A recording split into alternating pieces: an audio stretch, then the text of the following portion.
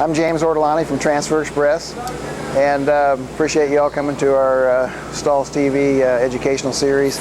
How many of you guys are screen printers right now? Do we have a few screen printers? Thinking about it? Or one good thing about understanding screen printing, even if you don't do screen printing, many of you job out jobs to, if you're an embroiderer, you'll job out to a screen printer. And it's nice to know the lingo when they're talking about if they have to flash on a certain job.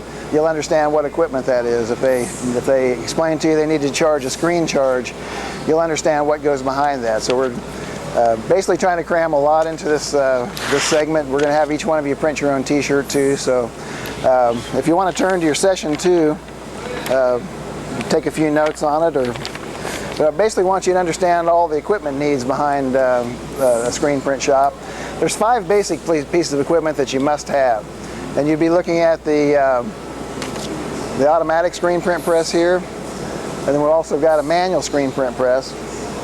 You see the textile dryer behind it.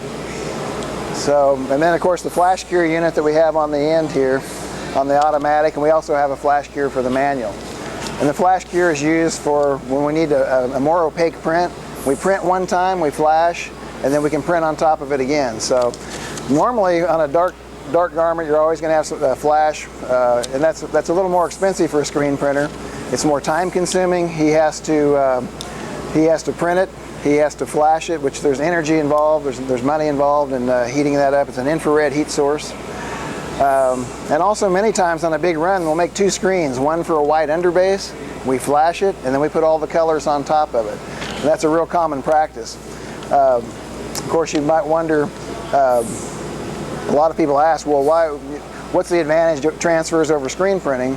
Well, really, with transfers, those are for runs anywhere from 10 up to a couple of hundred. But when I do thousands, that's when you'll be looking at a screen print situation. So it's always good to know, not that we don't do thousands on transfer runs too, but there's a method to the madness, I guess I'll say.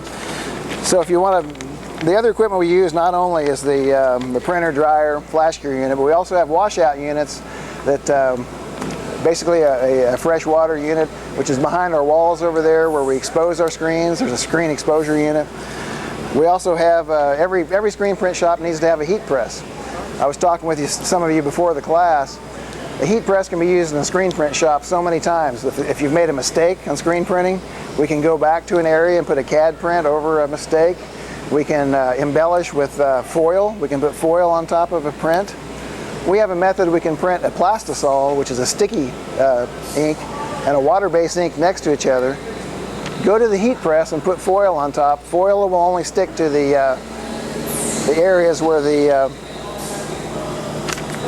here's one here.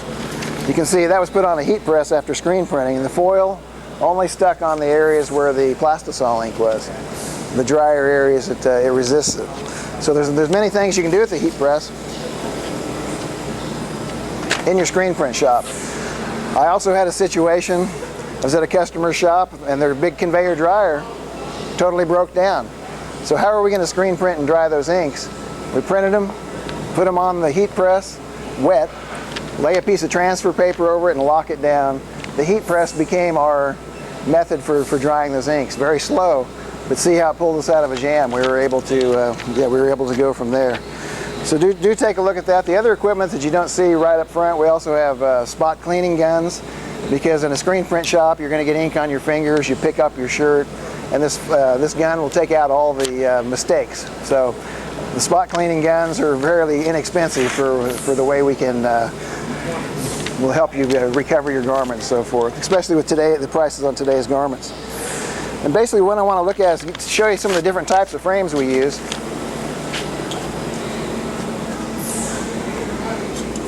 Sorry about the temperature in here today. A lot of your smaller shops will have a wood frame system, and of course the frame itself just supports our mesh. And of course here we use aluminum. This is called a static aluminum frame. It's fairly common, as opposed to a roller frame. This type frame here is supported. If we can just lean that for a second. As you can see, there's bolts in the corners. As we screen print for a while, the meshes get a little bit, they get looser and lose their tension. And when that happens, your print will get a mottled effect, you know, like an orange peel effect, because all the ink, the screen slowly releases from the ink and causes us problems. So with this type, you loosen up the bolts, and there's a big wrench. These turn in a circular motion, and it tightens the mesh up. I do want to show you how we measure the tension on these. If you guys could hold this screen like a table out in front of me, I want to show you a device that we use.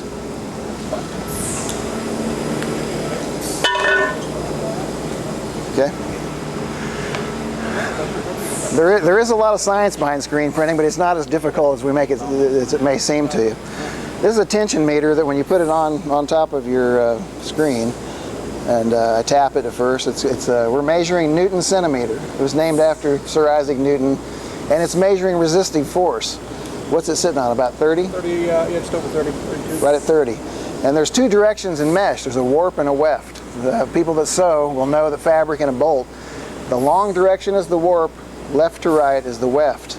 And there actually is a way that we can tension in one direction more than the other. Actually, the warp direction can go to higher tension because those threads are not shorter on the loom.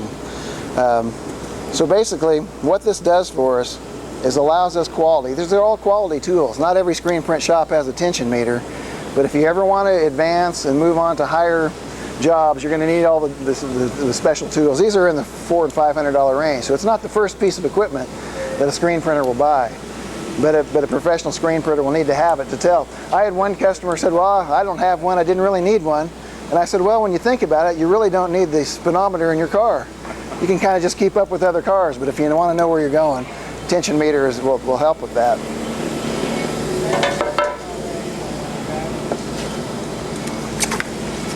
I think the one question that everyone has is how do we get the image on the screen? This is Screen Printing 101 Fundamentals.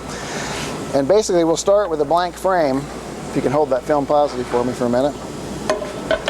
We use a light sensitive emulsion. In other words, this liquid that I put on the screen, once it dries and it's exposed to UV light, whether it be the sun or an artificial light like a light bulb metal halide or something, it will harden it on the screen. We fill up the scoop coater. There's actually a sharp side to a coater, and there's a dull side. If I want to lay on a very thick stencil, I use the dull side. If I'm doing halftones and I want a real fine amount of the emulsion, I use the sharper side. Basically, you fill it up with emulsion. You'll take your screen and start at the bottom, cup it over like that. It has side pieces on it, and you coat the screen on the contact side first. We call this the contact side of the screen because it meets the contact of the garment. This side is the squeegee side. Easy to see. I've got my liquid emulsion. I coat it on the inside, and we call that a one-on-one coating technique. I've coated once on the contact, once on the squeegee side. Once that's done, the screens are dried in the down position like this. We'll put them on like a bread rack and let them dry because we want all the emulsion to come through to the back side. We really want the stencil to be nice and smooth on the back side. And in the CD printing business, where they're very critical to have the right deposit of emulsion on there, they've actually got a little machine that measures the back side of it, and we call that it's a Z, the RZ meter, and it actually shows the value of how smooth it is on the back. So it's not something screen printers have, but I wanted you to know the science behind it. We do have a lot of different pieces there. Now, when we're ready to expose it, you can see this one's already been exposed.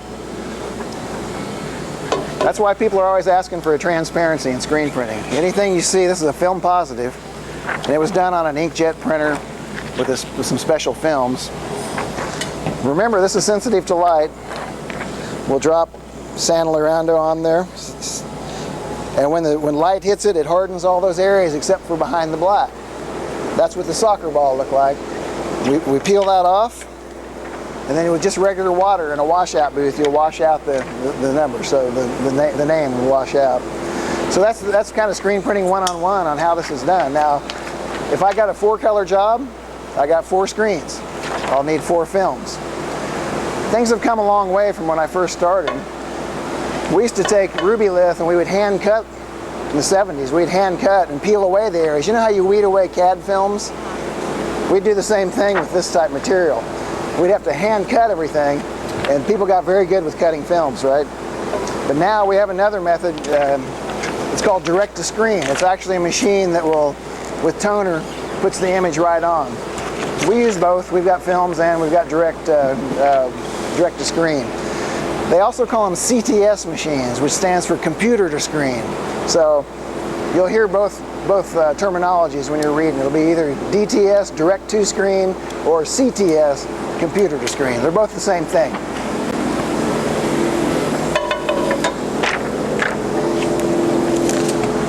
We also, when you work with the type of customers that we work with, some of your higher end, your corporate customers, they're going to want you to match the ink colors exactly the way to the PMS color. So that's the Pantone matching system that we've used in the offset. It was developed for offset printers. We also use it. So our customer comes in, let's say they're from State Farm, they want a certain red. They'll call out like a 032 Pantone. We've got a mixing system in the corner, and we can mix it and hit those colors exactly. So that we've got all the bases, and we mix them together until we come up with the right color. A lot of beginning screen print shops just use the colors that are available from their ink manufacturer, but we have to go a step further, and we're always matching colors. You might have some CAD films that you have to match the color to, because you want the name on the back that you put with a heat press to match a print on the front, for instance. So the PMS color system is great for that.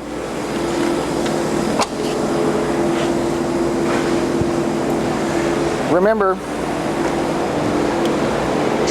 just a bit ago I talked about the main type of ink that we're using is plastisol ink. And that's what we use out here. In fact, most screen printers, 95% of it in the US use plastisols. And plastisol really came into our industry in the 1950s. It was developed in 1959, actually for a big athletic printer. And basically, it's a resin. It's a PVC resin, which is polyvinyl chloride. And it's suspended in different liquids, plasticizers that help it flow. The other type ink is a water-based ink. You're starting to hear more about water-based inks. Water-based inks, you can't even feel the print. I want to pass that around. It's a very soft hand feel. In fact, this one is a water-based discharge ink.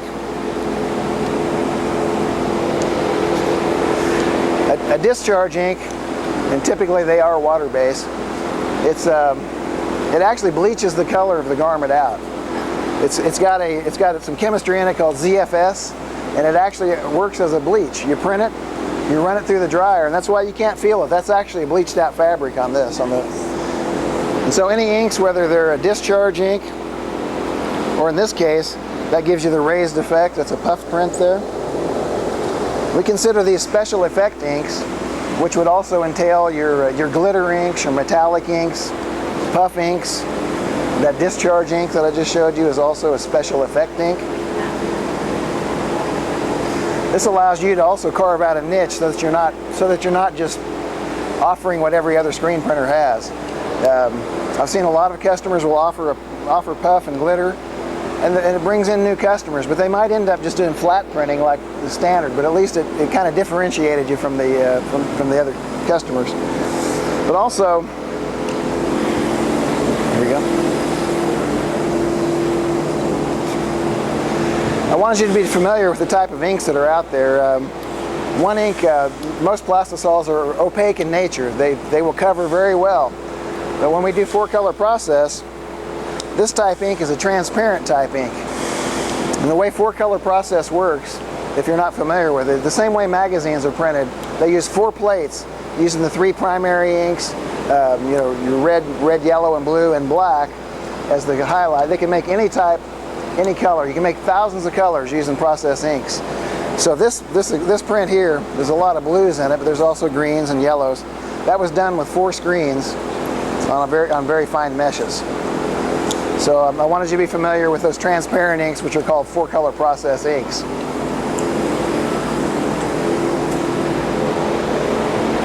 This design here was using a white ink that we use what's called a foil resist. There's actually additives you can put in plastisol that makes them not so sticky. And that way, any of the areas you don't put the foil resist in, the foil is going to stick to it on your heat press. So I think that's a great effect on fleece. And fact, really on fleece and on sweatshirts, things of that nature, it seems that your puff inks and your real thick inks are a little more prevalent. A really thin t-shirt with a thick print on it doesn't always feel so good. So you see that final print there.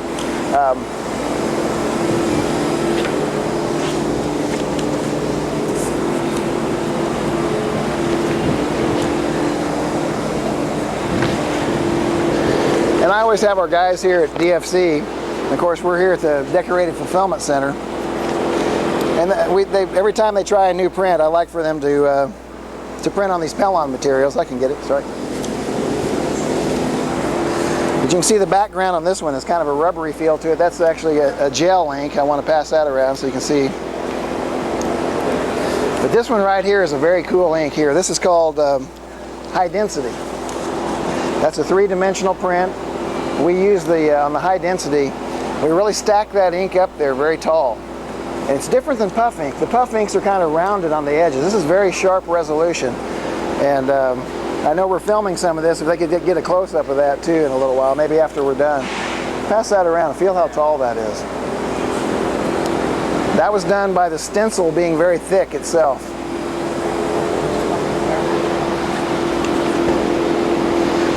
This print here is a combination of 4-color process and opaque colors. So look at how real that fish looks in there. It takes a while to get to this expertise level, but of course we've been doing it for a few years here, right?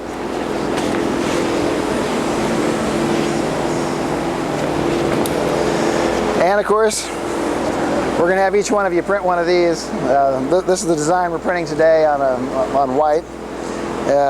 Each one of you, Sanmar gave you some t-shirts. Some people are printing on their Sanmar shirts. Others, we've got white shirts over here for you. But I want you to gather around the press over here now. We'll kind of go through, let each one of you print a shirt.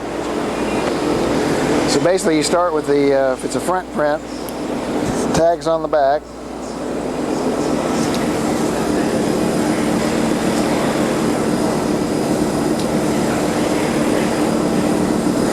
Now we load the shirt so that we see that the shoulder seam goes all the way up on there.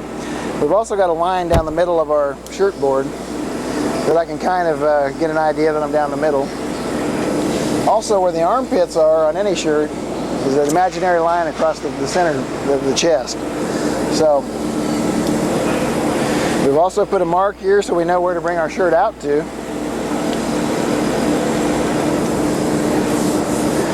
And basically, I'll print the first one. And today,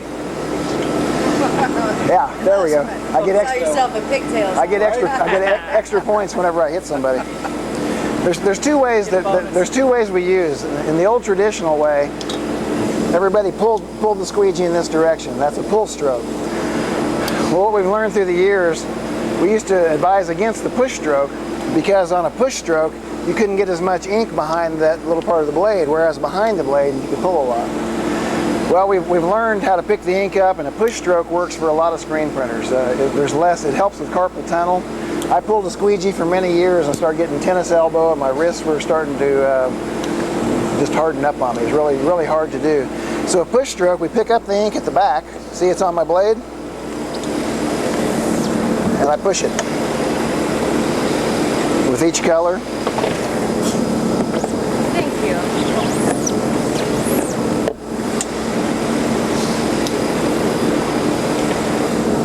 I'm picking it up, setting it there. I know. Push it. I was thinking the same about mine. That's three of the colors right there. Now, of course, when the black is what pulls it all together, of course.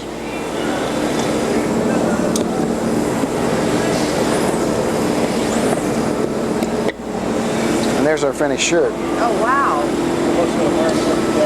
Now, one question I know that goes through most people's mind when they first see the demonstration is, how'd you get all the colors? How does the machine know how'd you set it up? On this particular job, we printed the black first, and then we'd flash it, or we've also got a piece of clear cellophane we can put over, like a big piece of Scotch tape. And then we take each screen, so we print the black, we'll bring the red screen around with no ink in it yet. Screen drops on, and then we can move the red screen front, back, side to side till it lines up with that black print. Once it's lined up, we lock it down in all of our positions. This is kind of a higher end press. That's got air clamps on it, air pressure. Flip a button, flip a switch, and it clamps down on it right in the same place. As far as removing it, so that's how we set up the press. Now when you're ready to run it through the conveyor dryer, you just pick it up here and yank it off. And you always want to save steps, so you want your print. Normally we print over here so that I can pull off. Just lay it on there. Print here and pull off. You also notice the rotary feature on a press like this. When I have a large run of shirts to do, someone stands over there and just loads shirts. A fresh shirt comes to me all day long. And you can also add other printers to it too. What you can kind of do is almost imitate one of these automatic presses by adding a few people helping you load and unload. Most of us would start out with a manual printer till we build our business, till we can afford an automatic. And then the difference is on an automatic, at full speed, they've been clocked at doing 70 to 75 dozen an hour. And with a manual press, we're going to be doing 6 dozen or less, depending on the print. So that's why we go to automation. So I'm going to let you step up here, open up the shirt and slide it on there. I'm going to bring it around here. So once again, we're doing a push stroke instead of a pull stroke. How do you know where to stop it, or does that stop on its own? Well, that's a good point. The image is right out in the middle. You can kind of stop about right here. So go ahead and 45-degree angle. And okay, one thing I want to show everybody. You see how it cleaned the screen on this side, but the left ink on the other side? Yep. And we just, he's right-handed, right? Yeah. Got more pressure on the right side. So what we do is we kind of lock our wrist. I'll stand around here.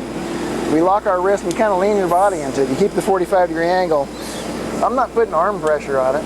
I'm actually using my body. I'm just pushing my body weight.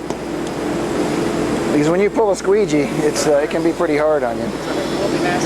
I'm gonna bring you the squeegee each time. Okay, try to keep that 45-degree angle. Awesome. Let's see how we did. It'll probably take 2 strokes because we're using a really fine mesh. So see how light that is. But the nice thing about this machine is you're gonna be able to drop it right back down in the same spot. As long as the shirt didn't move for some reason.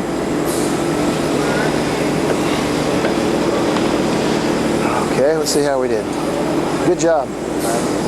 Nope, that looks good. Now it looks light in here because that's broken up in halftones. That's some shading we've done in the artwork. It's cool because at the end when you did the eagle, it's like you never saw it coming. Yeah. Do 2 strokes on that one for sure. I like your ink, man. It was cool. I'm just too old to get one. All of us old guys. And be careful when you slam this down, because here's what happens to a lot of beginners. They don't make these magnetic so it holds or anything? You just invented something there, a magnetic squeegee holder. That's not a bad idea. I want the patent on that. I got it. Too late in life. You guys laugh, but that's how these things have evolved. And 2 on that one? let's go ahead and do 2 on it. Let's see how his first shirt turned out. The foot pedal releases from that. Okay. There we go. So that looks good.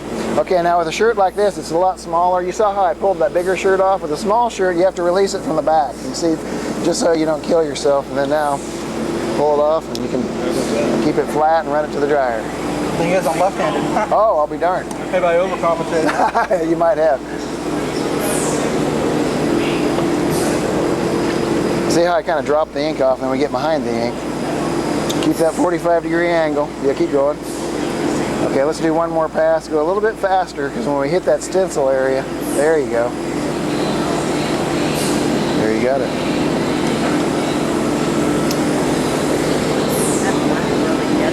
I know, it amazes me how just the black just nails Yeah, it makes it pop, yeah.